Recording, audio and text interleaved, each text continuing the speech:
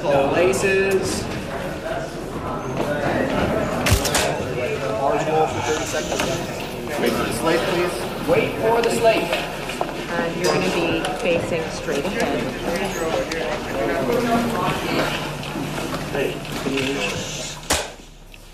Everyone I've talked to knows the exact date when they've been hit. Yeah, it's burned into your memory. Yeah, a live day. September 21st of 04 is when I got hit. But I guess it depends on how you consider it, because there's 3 times they tried flying me out, and all 3 times I died on a helicopter.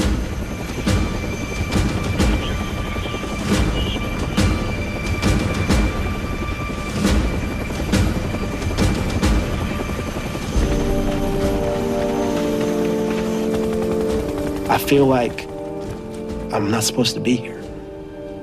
My best friend was behind the driver, and he lost his life.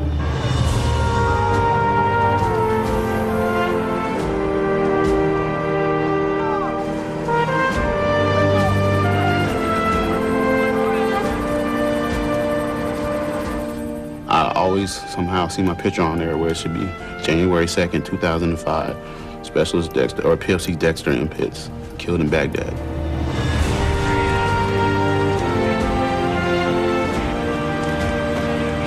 I wake up and I thank God that I'm actually alive, and I pat myself on the back. I survived another day. I mean, how many people can look at you and say, you know, I just stared down with death and I won. You know, and I got a second chance. You know, you're just happy that you're alive. I want to thank you for everything you've done. I admire you for that and for coming here. Very welcome. Thank you.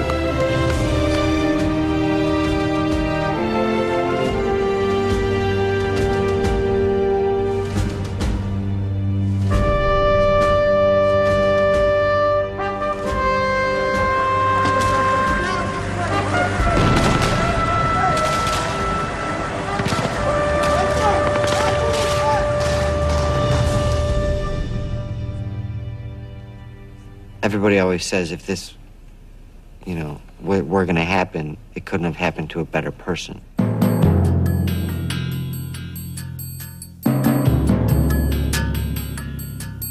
right. Hailing out of 1st Platoon, the 411th MP Company. Standing about 5'4", 125 pounds soaking wet. Anderson.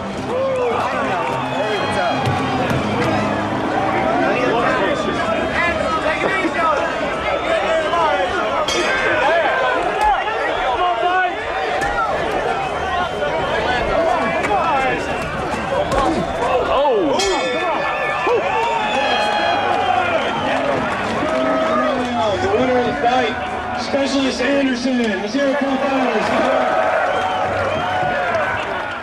Tell me what happened first. It was probably around 11 when it actually happened. I was driving, and me and my team leader, his name's Kenny, we always sit there and talk and bullshit and, you know, make fun of everything that we're doing and, you know, just trying to keep a sense of humor so we keep our mind off being scared. So wait, how are you feeling today on this wonderful day? Just great knowing that our wonderful platoon sergeant is coming back to make their life a living hell today. Yes, I cannot wait either.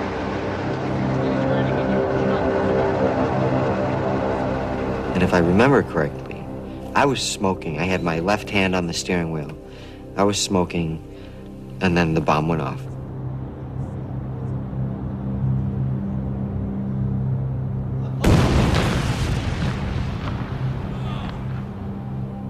I didn't hear it, but I saw it, like the flash and the smoke and the fire coming through the door.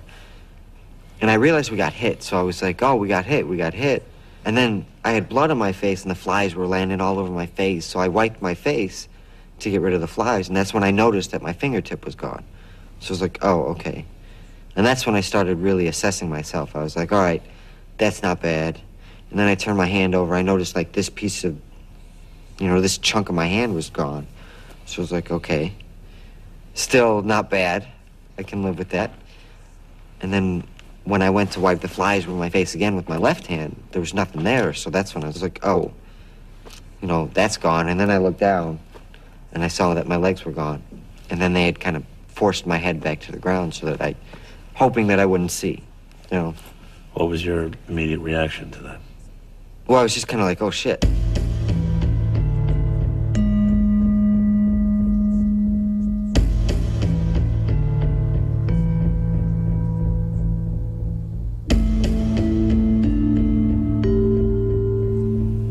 This is, you know, obviously my left leg.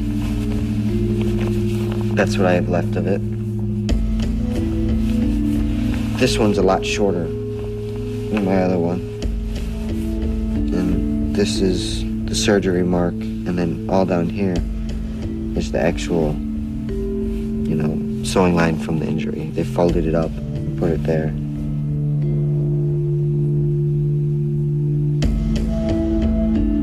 And then my arm just kind of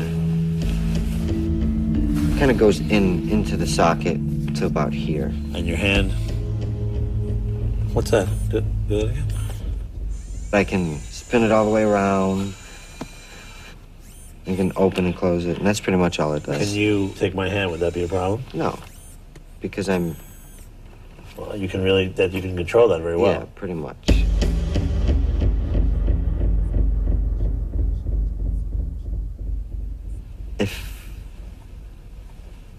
If I didn't have my hand, if I lost both my hands, I really think, you know, it wouldn't be worth it to be around. Only because to have both your legs gone and both your hands gone would be 1,000 times more difficult. Maybe a sensation of touch, too, in a sense. Right. Well, I can't feel these 3 fingers either. Well. But it's slowly coming back, so I'm very hopeful. But I can still pick up a fork and feed myself and you know, clean myself up in the shower or whatever. So it's about being independent. Yeah, it has to do a lot with being independent.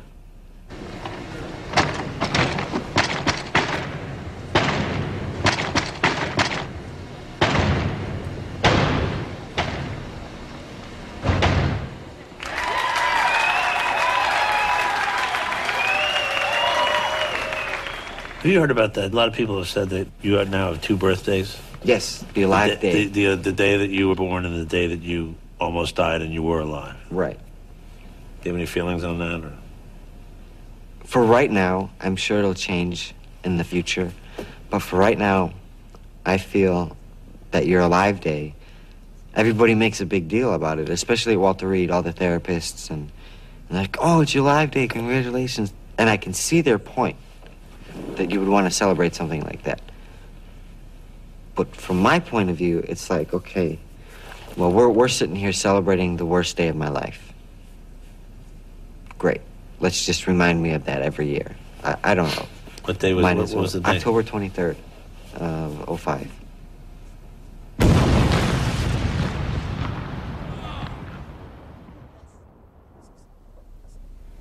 You know, it's been a long journey for us. You know, Eddie's truly a miracle Marine. He wasn't supposed to be here. And we struggled, you know. He was supposed to be on life support for the rest of his life, and, you know, the doctors gave us no hope.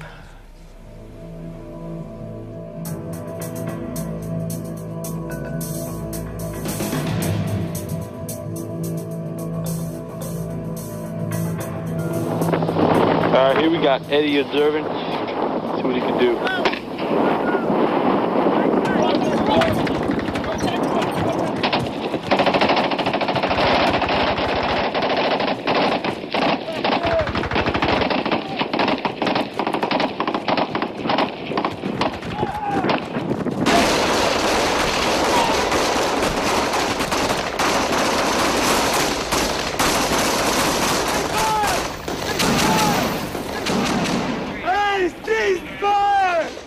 The boys were on a rooftop, and, you know, unfortunately, Eddie was hit.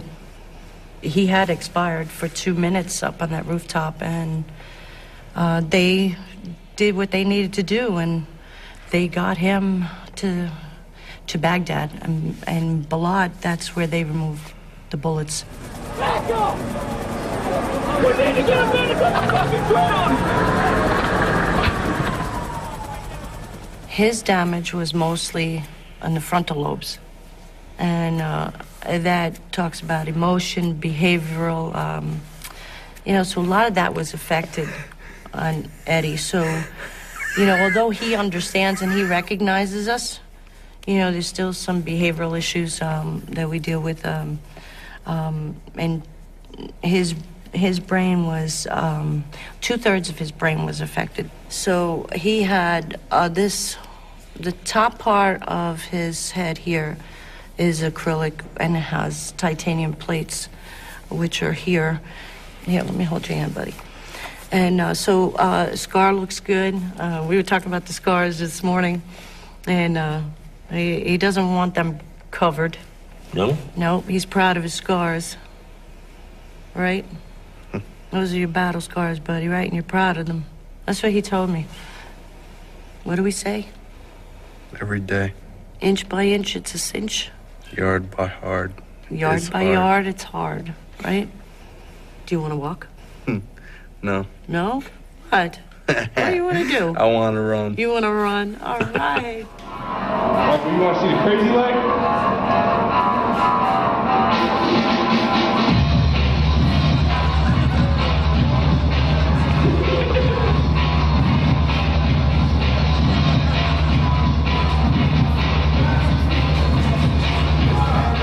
When you first saw him, what did he look like? It looked really bad.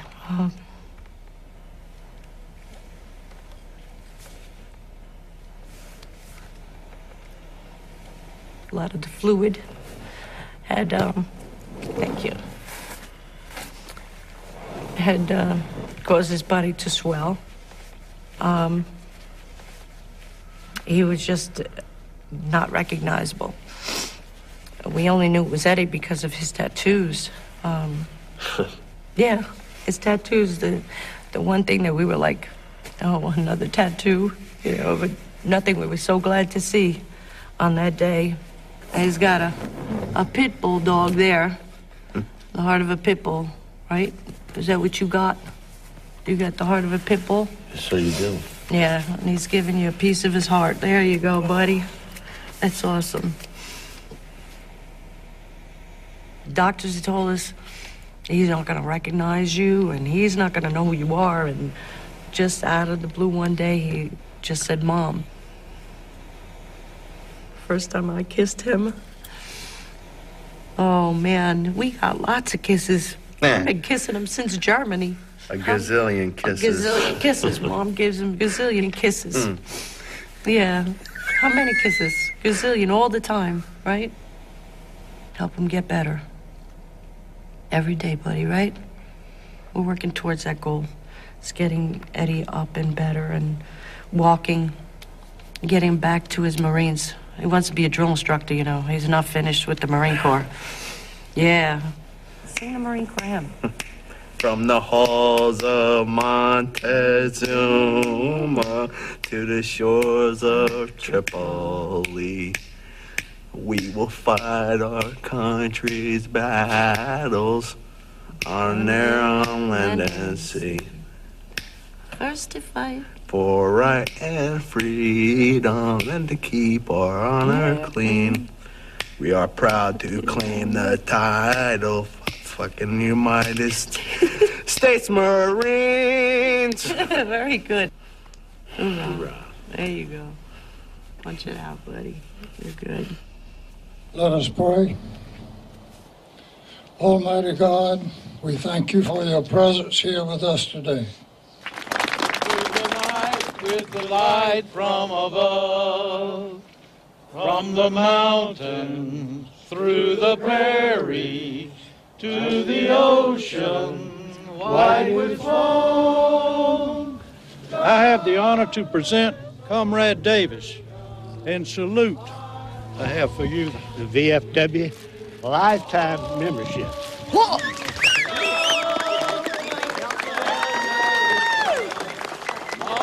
said she wants to go back to Iraq.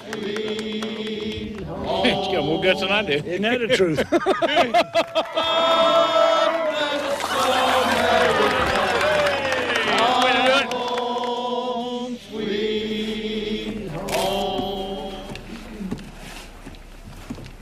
Hello.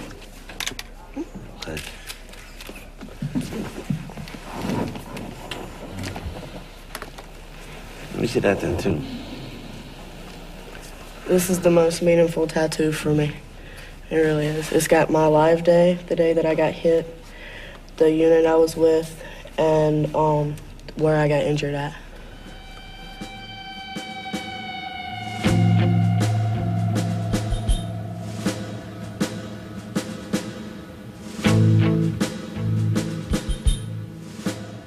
Why did you join up? To have a change in my life. I was with the wrong people at the wrong times, and just to kind of stay out of trouble, so I joined the military.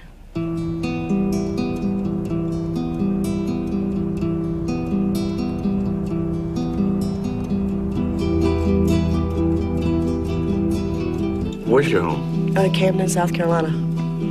Born and raised. This town will suck you in and keep you.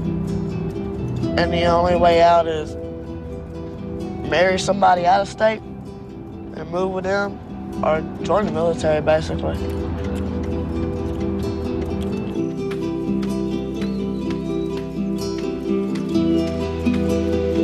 I can't wait to go back. I want to finish what I started.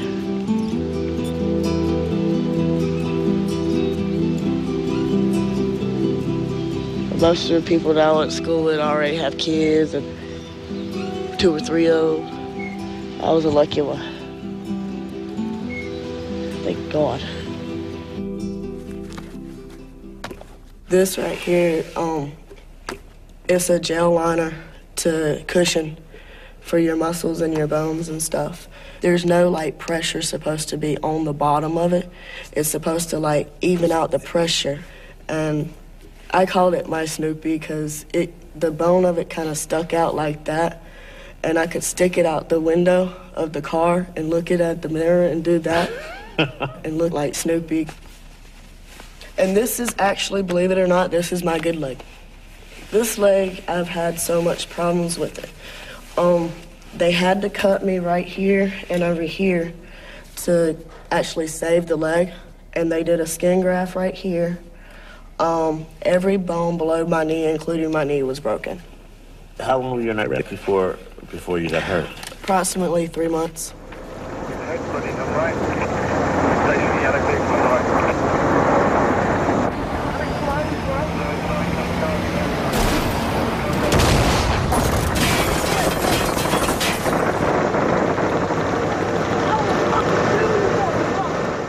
I found this leg. It was underneath the seat.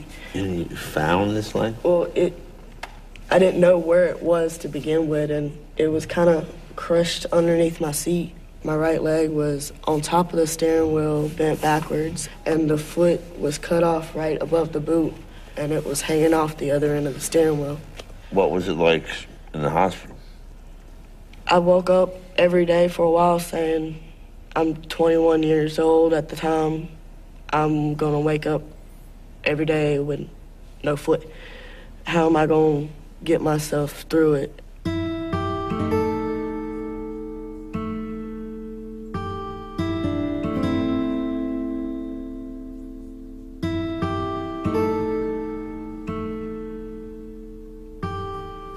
I never really felt sorry for myself because of this, and I told everybody, if you're gonna cry, do it in another room because I'm happy, keep me happy, and we'll all be happy.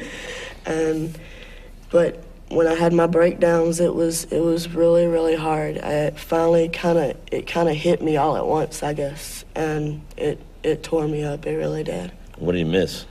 There's 2 things that I used to love to do before this was drive and dance. I actually danced my first song on my prosthetic 2 Fridays ago, and it was emotional. It really was. I loved it. I felt normal again.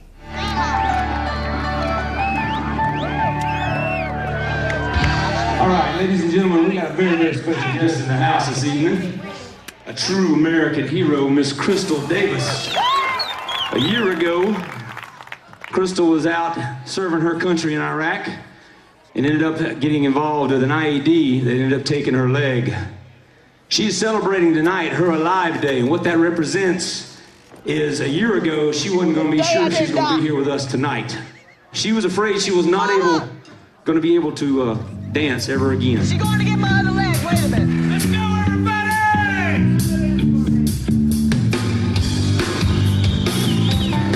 We're going to dedicate this next song to the band's newest brown-eyed girl. Everywhere we go, days when the rains came down in the hollow, playing a new game. Standing in the sunlight, laughing behind rainbows fall. Sha la la la la la la la da da. Come on now. Sha la la la la la la la da da.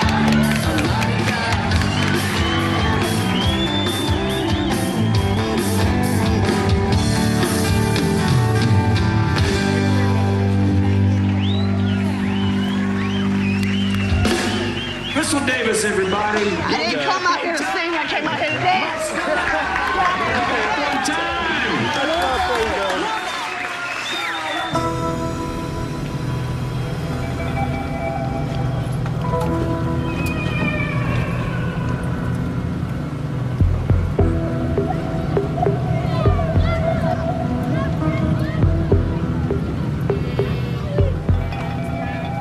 I remember looking out the window and just thinking about how quiet it was. I mean, it was one of those nights in the desert. I'll never forget it. It was just crisp. It was clear sky. I mean, there's nothing like the desert sky in Iraq. That's one thing that I'll never forget.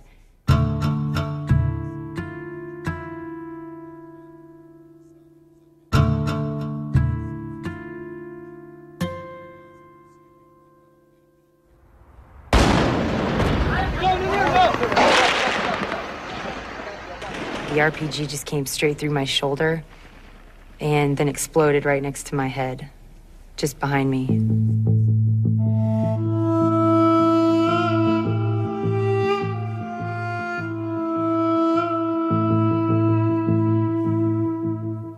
I was very scared to look at my own amputation. I was very scared to know what it looked like, because if I looked at it, then I sort of acknowledged it. And for a while, initially, I didn't want to. I wanted, you know, if I didn't see it, if I didn't think about it, then, you know, it didn't exist.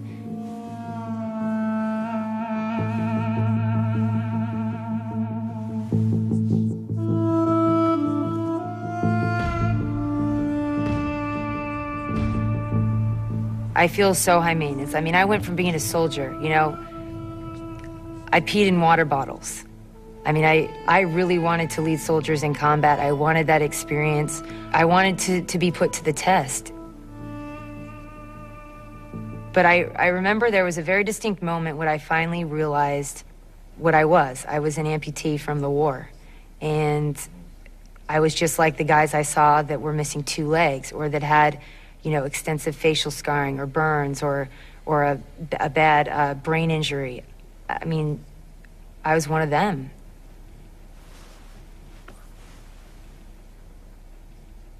This arm actually was one of a kind. I think there's now a few others. But I was not happy with the prosthetics that they gave me at Walter Reed. I said, I don't want to look like a robot, and I don't want to wear a frickin' hook. I mean, I was anybody that knows me, I was very passionate, very adamant about this. I refused to train on it. I had wanted nothing to do with it. And everybody said I was crazy. They said, well, how are you going to do things? Well, I'll figure out a way to do it without the damn hook.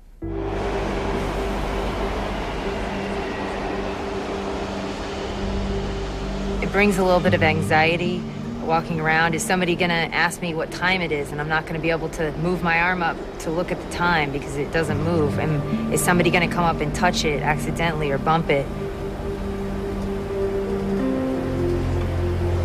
I try to say, you know what, this is who I am. The next station is Dumont Circle. I think people come away from the war wanting to feel that they made a difference, wanting to feel like their sacrifice or their time or their energy was worth it. I went over a young lieutenant. I had a lot of energy, and I was very naive. I don't think I fully understood what could happen or, you know, how people are then forced to live with the consequences of war.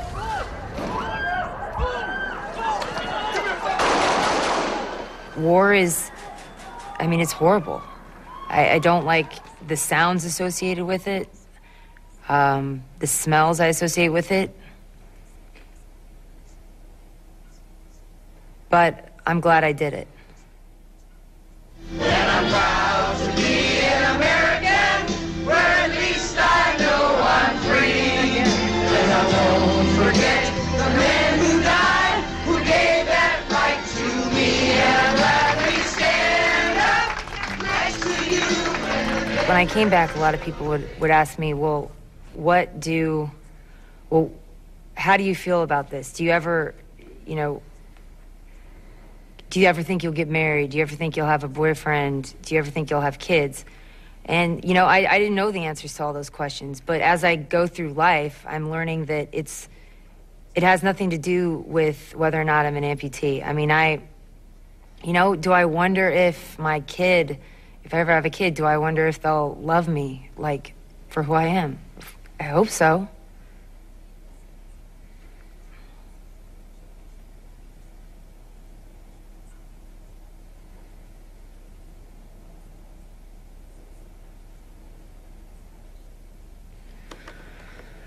What were you just thinking about? The reality of, you know, will I be able to raise a kid? I won't be able to pick up my son or daughter with 2 arms. I won't.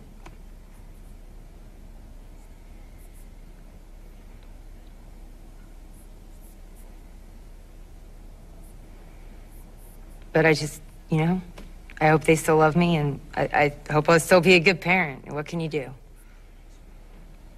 Well, if it matters, I think you're going to be a wonderful parent.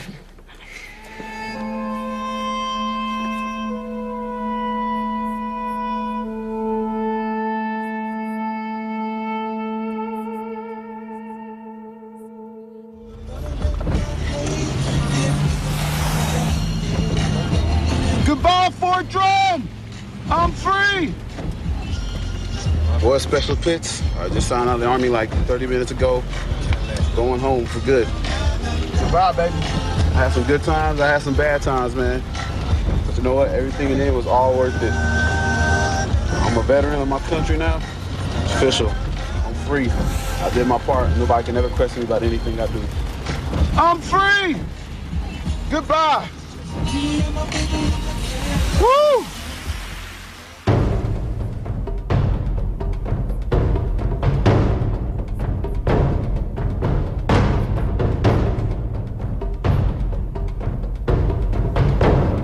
You go home, all my friends, man, you've changed, you know. Yeah, I've changed, of course. You know, you haven't been through what I've been through. Of course I'm going to change. You know, everything seems like a dark place now, kind of, that I'm out the Army. Because I don't feel welcomed anywhere in the civilian world, really. It's hard, man, because I thought my life was over, you know, because everything that happened. But, you know, like, it's been 2 years, and I'm slowly getting everything back that I used to be. I'm a nice guy. I'm a teddy bear, man. I'm a nice, lovable guy. I've done some, like, mean things to kids over there that I had to do. And I tell people some things I've done, they're like, no, not Dex, man, not you. I did what I had to do to survive.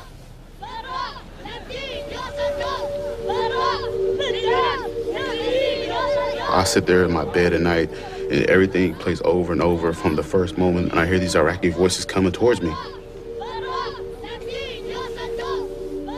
I don't want to live that life no more, be on a medication every moment that I wake up. When I want to go to sleep, I have to take a pill. I don't want to live like that, you know. Is this what the Army calls combat stress? I mean, PTSD is what they call it. In the world I come from, in the Army, in the infantry land, you know, they don't believe in PTSD. They believe that they're just weak-minded people there's nothing wrong with you. You know, as a part of my language, but get the sand out your clip and pick up and drive on. There's nothing wrong with you. It's not my fault, you know. I don't want to. Do they think I want to live like this? Because you're a young kid and you're dealing with a lot of stuff. Yeah, and I don't want to. I've seen some of the movies, and I've seen some Vietnam guys on the street corners and signs, you know, crazy guys and walking around. You know, they got these severe mental disorders. I don't want to be like that. I don't want to be like when my sister has kids. I want to be crazy Uncle Dex that fought in the war. That's like, you know, ain't got his mind right, bouncing all around and crazy. I don't want that to be me. I don't want this. I don't want this war what happened to control my life. I want to get the control back of my life. I'm not gonna let a bad experience from my past ruin me.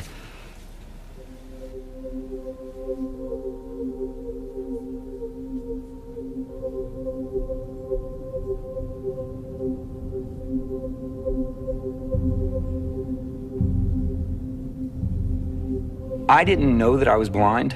I kept pulling at the bandages and everything, and it was actually my ex-wife, who was my wife at the time, had to tell me that I was blind. I had lost both eyes. I've got 8 prosthetic eyes. I wear one on the right side. The left side has too much scar tissue in the socket, so I can't support one. But this eye is a nice blue color. It's got a carat's worth of diamonds in the pupil. Those are the diamonds from my wedding band. My marriage fell apart because of my injury. So I had the oculist at National Naval grind the diamonds out of my wedding band and set them in an eye. And I kind of carry that around. It's the one I wear most of the time. You know, you put that eye in, you know that's the eye with the diamonds in it, and it kind of makes you think back as to, you know, how it has truly affected your life on an emotional sense long term.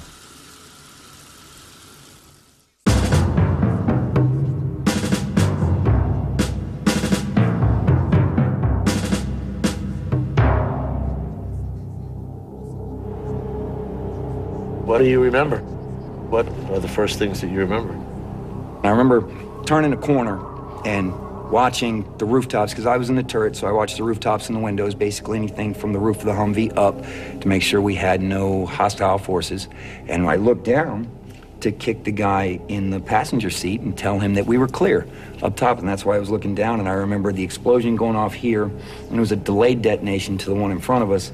And I remember this guy just blowing up, and then within a couple of seconds, it just went black on me. Allahu Akbar, Allahu Akbar, Allahu Akbar.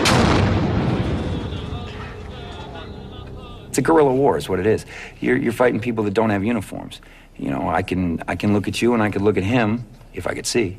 But I could look at you, I could look at him, and you could be a bad guy, he could be not, but I wouldn't know. Because you're not wearing a uniform, he's not wearing a uniform, you're all wearing gutras and robes.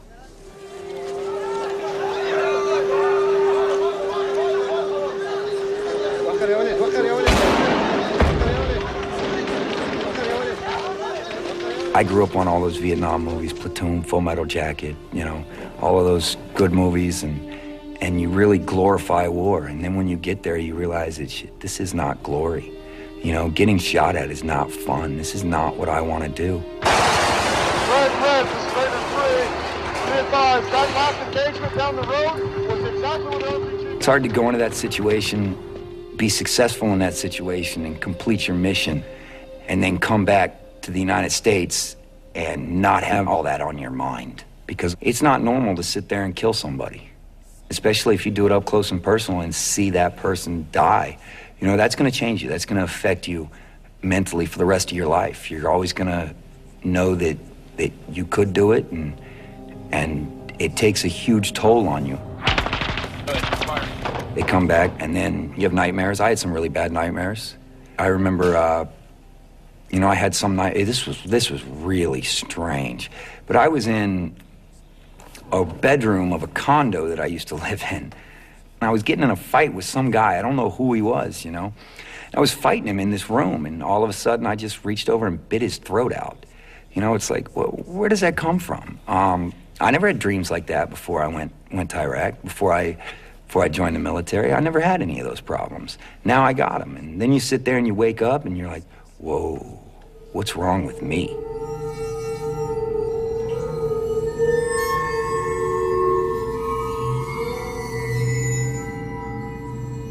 My name is Jonathan Bartlett. I was 19 when I got hit in Iraq.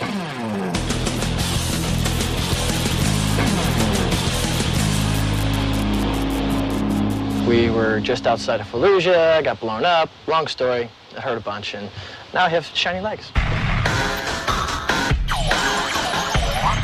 This is my mom.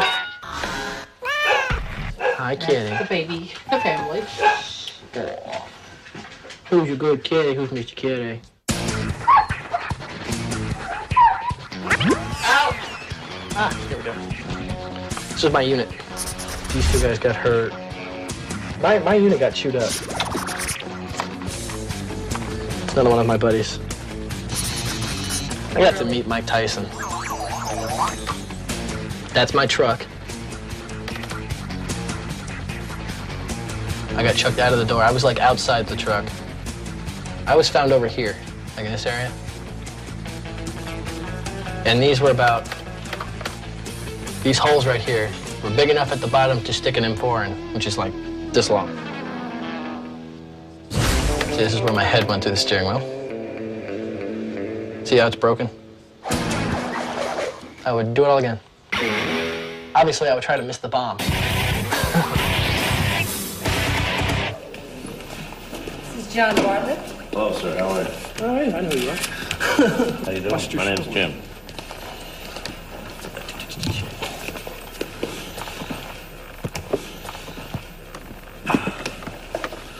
What's up? The bright lights. I feel like I'm being abducted. Why did you join the Army? Because I believed in it. I wanted to. I wanted to go and, you know, protect the nation and defend it and punish those who would seek to destroy it. I really, really wanted to. I believe in that. If I wouldn't do that now, not anymore. Like, if they gave me legs tomorrow, I would go and pursue my other goals, but I really, really, really felt like it was a good idea.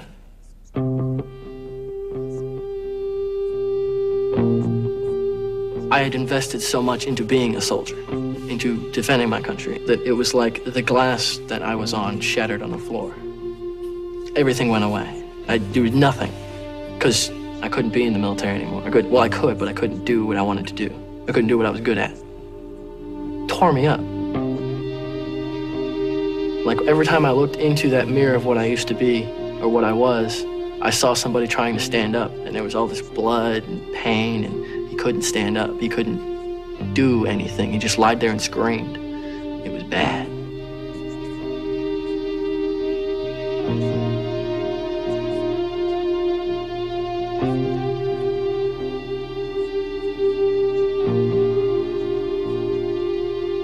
You wake up in the hospital and you don't have your fucking legs anymore, you're gonna cry.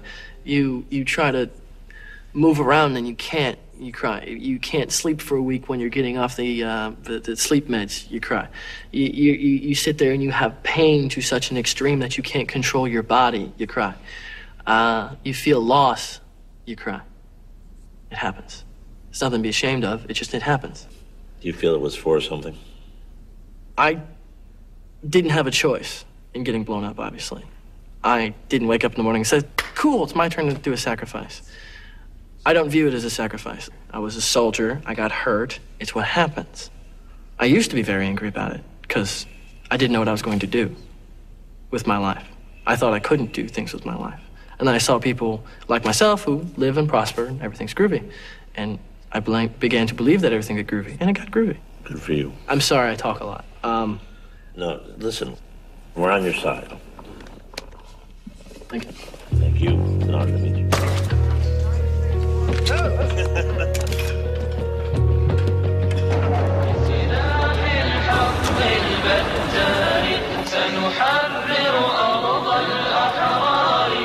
The insurgents are waiting a quarter of a mile away, waiting just to push a button.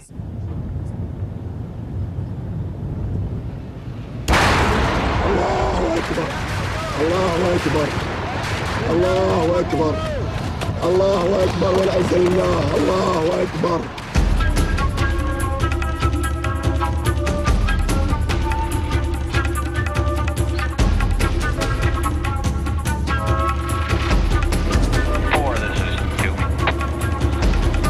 There was only 4 of us in the Humvee: the driver, the tactical commander, the scout, my best friend, and the gunner.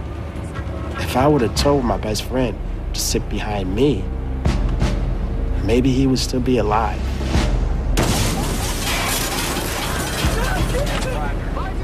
That blast blew the door off the second Humvee, the back door behind the driver.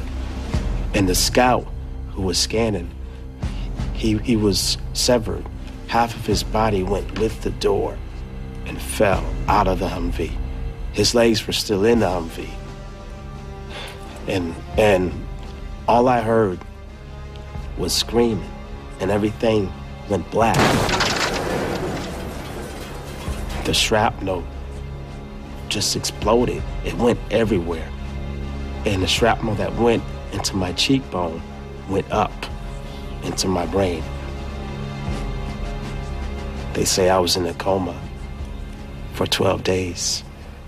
I'm like a 6-year-old in a man's body.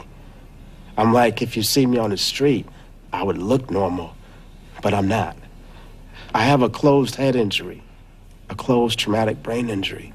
And when I can't remember my own kid's name, it's like you're walking and you're thinking, okay, who do I can't ask a nurse what my kid's name. I can't ask a therapist. Who do I ask? If I call my brother, he's at work. And I feel stupid. My brother helps me remember my son's name. What's his name? His name is Manny. And my daughter's name is Precious. Well, that's a beautiful name. I go to memory groups at the VA hospital. I go to cognitive skills, PT, occupational therapy, neurological. I see a psychologist twice a week. And it's just that I try to build up back to where I used to be.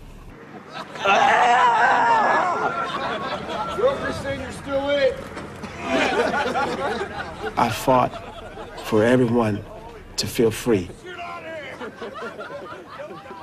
Sure, they give you medals and they tell you, you know, you're alive, but you feel empty. You feel like you lost. Give it time. Thank you. No, man. Thank you. It's gonna take time.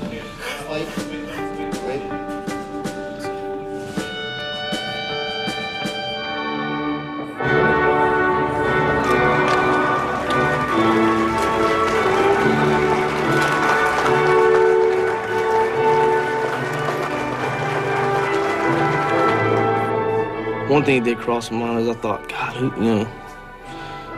I'm shredded, I'm torn up. I'll be single the rest of my life. Who the hell could love me like this? I mean, who could love me like this?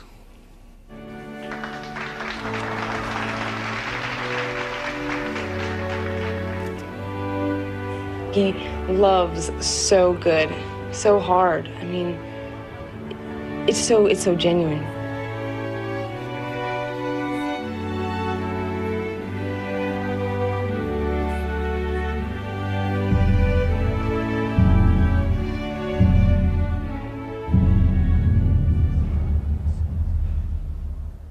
So I was driving on the radio, and next thing I know, it was probably not even a minute and a half later when I got hit, and I ran over a pressurized bomb.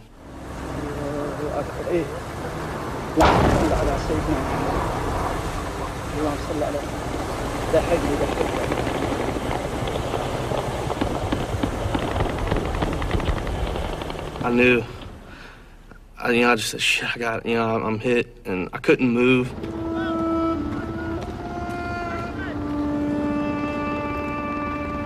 I knew it must have been really bad because I could see it in everybody's eyes, how they were looking at me, and I just thought, no way. I'm not going to give anybody the common courtesy of watching me die, especially in this land. No way.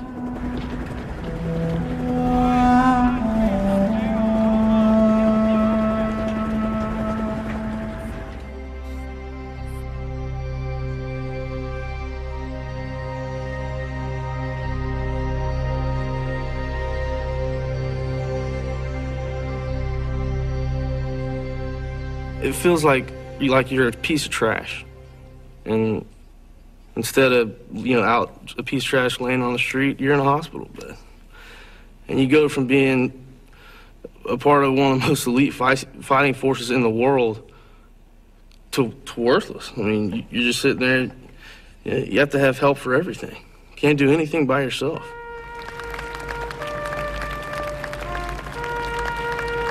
This is to certify the President of the United States of America has awarded the Purple Heart to Corporal Jacob B. Schick, United States Marine Corps, for wounds received in action on 20 September 2004 in Iraq.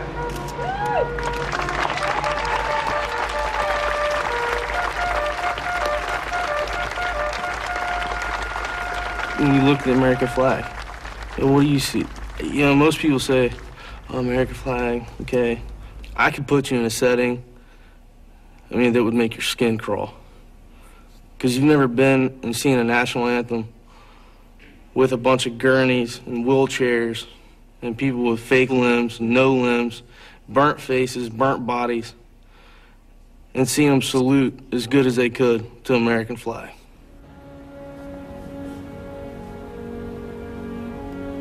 And today, Lord, we honor those who bear the scars of that service, that testify to their duty in the protection and defense that they have provided us.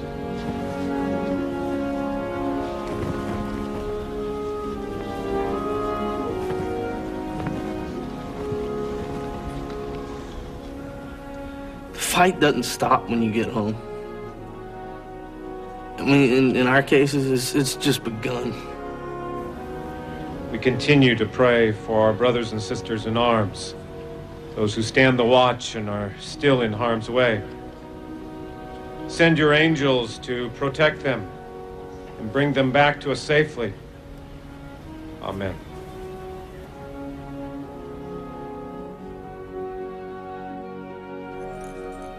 My mom has always told me anytime that you feel weak or you feel troubled, you ask for God's help and you ask for angels to come and help you also. Our Father, who art in heaven, hallowed be thy name.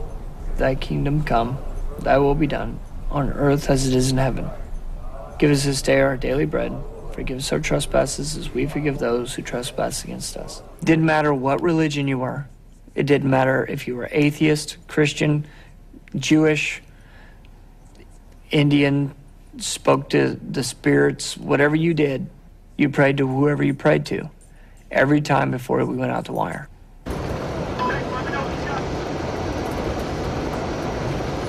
Watch that van right there! Watch that van, watch that van! Watch your van! We're okay!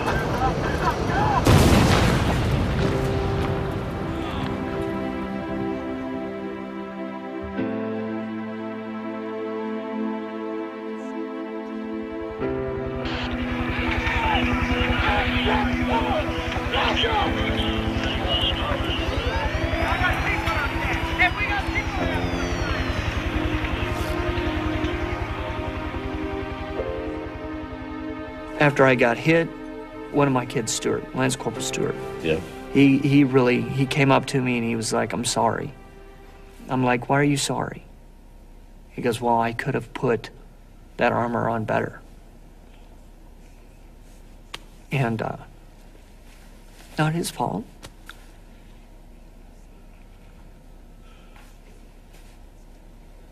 That's the worst. Seeing one of your guys sorry for what happened.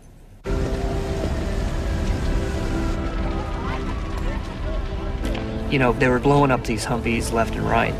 It's not a fighting vehicle. It's a transportation vehicle.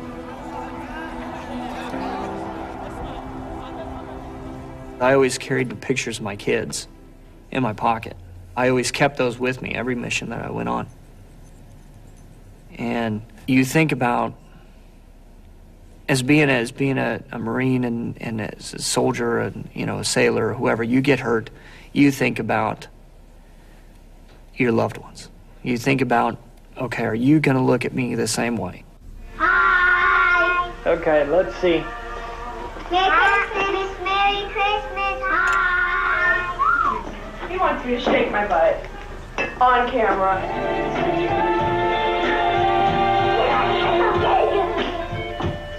Did you ever worry that she would leave you? Oh yeah, that crosses your mind. So what's the hardest thing? You're sitting there and I guess your wife and your kids came up and were they there with you a lot of the time? Well, I didn't want my kids to see me in that way at that point. I wanted them to see me up and able to move around and, do dad things with them, And that was really hard to see my kids look at me in that way of like, what happened? So my daughter, she would draw pictures and Dad has, she'd cut one leg off, in her picture, and then it would become from a cutoff to a robot to, so they call me Dad with robot legs, They don't care because they're like, hey, guess what, my dad, he's got robot legs now. There you go, Daddy. You hold that up and down. All right, good to go. Actually, I'm worried about you. You had ice skated until you lost your legs. Well, I know, but gotta try it sometime, right? Are you good? I'm good. Are you good? Oh, I'm proud of you. I'm so proud of you. Oh, thanks. I can't stop. Okay. If I can lose my legs and still stay alive and be with my kids, be with my wife, then that's where I need to be. God has given me a second chance. I can't do that.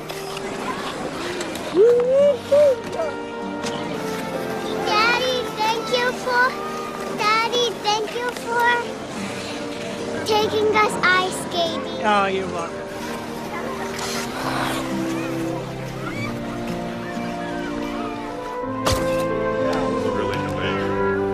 Okay, watch. Okay, one more. Yeah, that's it right there. Nice. Okay. Who's taking me off shoulder? I'm gonna grab your shoulder. That was great. No problem. You say bye. Goodbye. Say thank you. Thank you.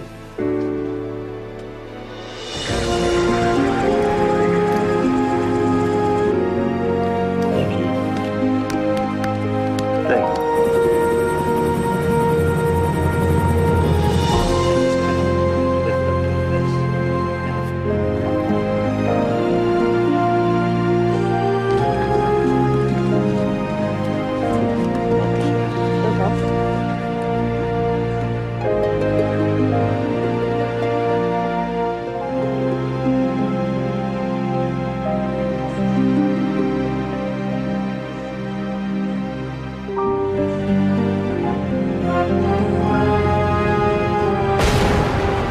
Bomb detonated and around 12 suicide bomber killed 4 and wounded 30 others when he tried Killing at least 44 and wounding more than 200. From improvised explosive devices. There have been gunshot victims trapped. U.S. soldiers wounded, some of them quite seriously.